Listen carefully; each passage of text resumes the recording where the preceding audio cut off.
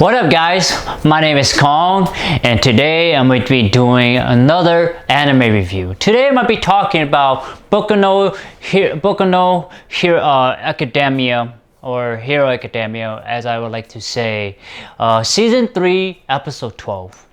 So this episode is really the aftermath of the fight between, All Might and All for One, and this is about basically, like I said, the aftermath and what happened and what the plan is for the pro hero and then the villains. I'm gonna talk about what I find really important in this episode. First off, I want to say I want to talk about All Might, him as a character, him as a person.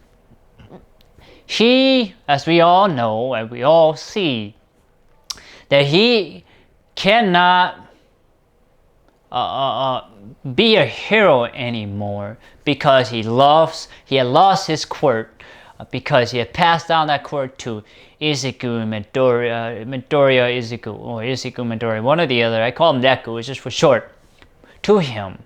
And that he is, his body can no longer sustain the power or sustain the damage that he endured, after that impact that he had to the side of his left side of his body, and the fight that he had with All for One, So, and he literally is quirkless. He literally is powerless to really fight or defend innocent people, truly be a hero. That he had passed, he passed way past his prime, so to speak, and he is literally sitting in the back seat, watching everything happen, and knowing that he won't be able to help because he doesn't have his power, and that is more of it's really sad. It's really because he can't do anything about it, and it's more emotionally painful to see his student, to see his comrade or his friend get killed or get injured by this villain. So it's gonna be traumatic for All Might, for sure, for the upcoming future, and what I forget was his All Might's not his sensei but his friend tell him that All Might is still alive, and I truly believe that All Might is still alive. All Might is him. I forgot his real name, but All Might is still alive. It's just not in the flesh and form that we used to see. And so that's really what I want to talk about All Might, and I hope you get to see more of him. I hope to see him giving the last stand, with the last knowledge, the last wisdom that he can give to Deku. I mean, I love to see that. I mean, he doesn't have to go, but he have to kind of really give Deku the wisdom that he has. I'd love to see that. So now let's move on to with the police. The police is they're talking about the villains, and they say excuse me, they're really talking about that now that All Might is gone, we see how All Might is not his prime. We see that the villains are getting more not violent, but more strategic, more tactful, more cunning, and really twisting the story of the narrative, and really pushing the public's opinion of the pro heroes. So I thought that was kind of interesting to see. But my question would be, what is the police initiative? What would their action be? That they didn't really quite explain in the in the movie, in the episode, they say yes, we gotta capture Shigaraki and his group, but they never really explain how they're gonna get Shigaraki, you know, because the Shigaraki and the gang do have quirk. And the police force themselves, not that I've seen that they have, you know, police with quirk too. I don't doubt they don't have that. It's just how did they achieve the police enforcement? How would they go with that? You know, that's the question I had when I was in the when I was watching them talking. I was like, how you as a police go on to, you know, capture these villains, and how do you enforce the procedures and gear to combat these villains? I like to see that. I mean, we obviously know how it is done in real life, but I would like to see how it is done in this fictional world. So, and the next thing I want to talk about is Bakugo. I mean, we see Jiro, but that, yeah, it is kind of funny, and it is kind of change up the mood of the episode. But with Bakugo, we get to meet his mother, we get to meet his father, and then we get to see him again, of course. And what this episode where it really stand out to me was that Bakugo's mother is really kind of like him. He's kind of really like his mother. He is not at all like his father. Kind of interesting. And the way I say that because the father is really timid, he's really quiet, he's very almost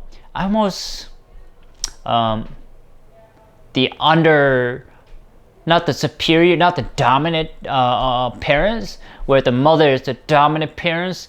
And you obviously can tell that she was kind of slapping him on the side of the head, pushing his head down as to bow, you know, that sort of thing.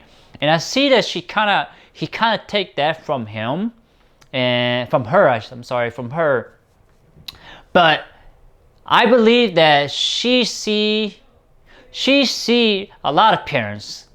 They see the flaws in the kids. They see the problems in their kids, and parents don't see that. You know, I am not a parent myself, but I see flaws and I see problems in my brothers and sisters, so I understand, sort of get the glimpse of where she's coming from.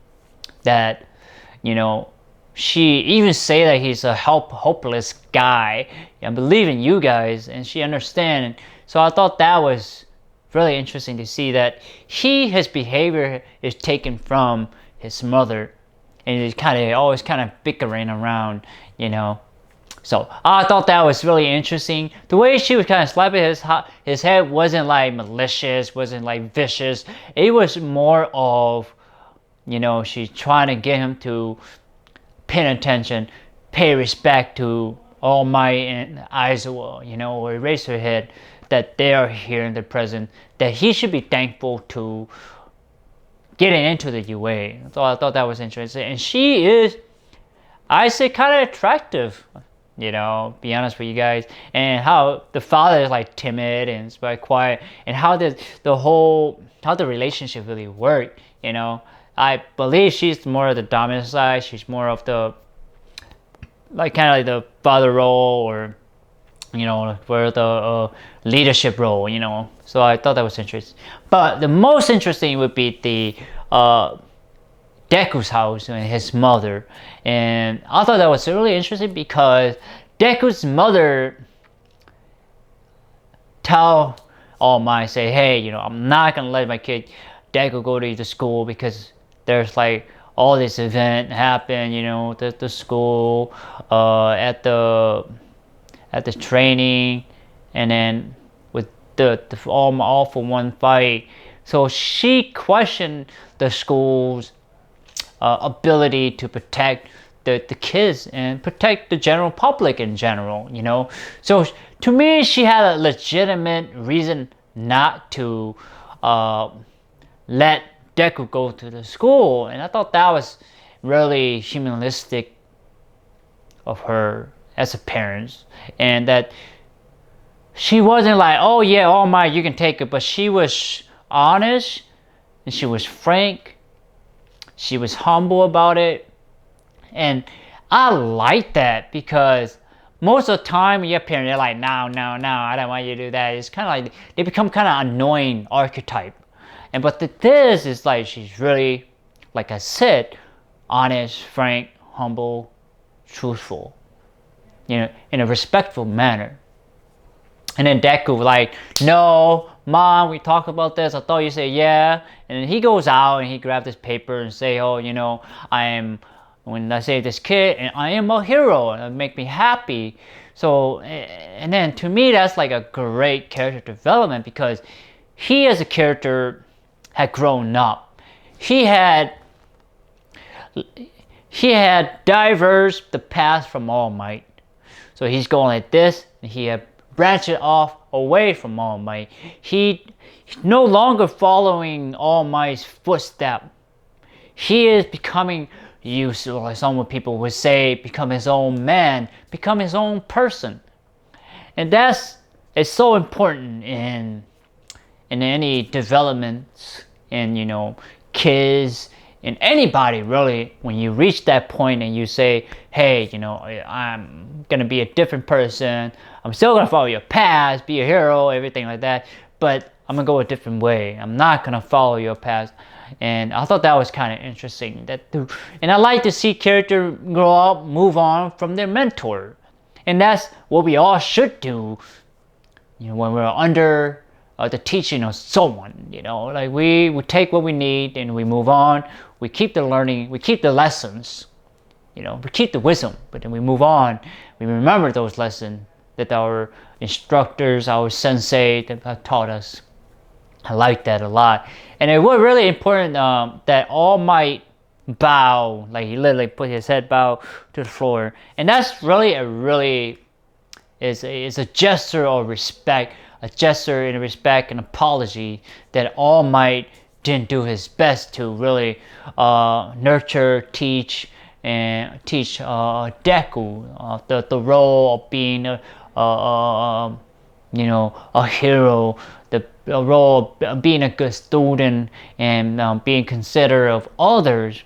And that's one thing I like about this episode, that Deku really he finally understand to think about other people's personal feeling. And I really like that because that's, as you get older, people's feelings are really kind of messy, people don't really think, they don't really communicate what they're feeling, what they're thinking. So that's the issue. That's just a real issue in real life, that we don't talk about it. We don't express our feeling. We don't talk about it. We get hurt about our feeling, and that is really truly sad. But it is, and Deku kind of understand that you have to take consideration of his mother's wishes and her thoughts and her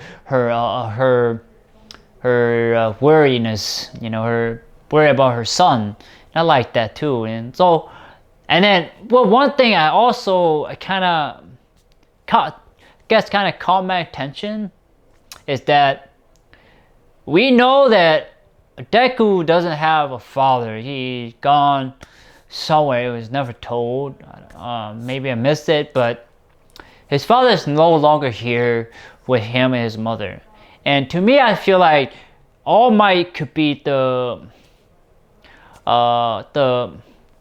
I guess you can say not the replacement, but the father figure or the brother figure to Deku. I mean, he certainly is a hero. He's certainly a god to Deku. But it seemed like Deku had gone to that point of looking up to him like he's a god.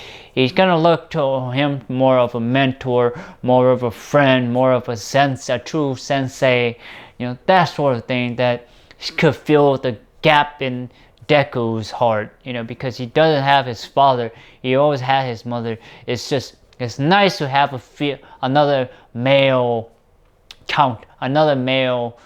in his life, to talk about the thing that happened in his life that he can't really discuss with his mother, especially when it comes to fighting villains and people dying, that sort of thing. You sort of don't want to share that with people who are not in that field of work. All Might could understand and can relate. So I thought that would be a great you know, another brother for Deku, or another father figures for Deku. So I thought that was kind of nice. So yes, guys, I really like this episode. I'm surprised they were able to pull it off with the whole, you know, great fight, all for one and all might. But this really shows that the writer is able to keep up, to really show the ramification, the consequences, and of, you know, the pro heroes and the heroes and the villains fighting, and the student of the casualty, the public of the casualty, and also the school are the casualty of the pro heroes and villains are fighting.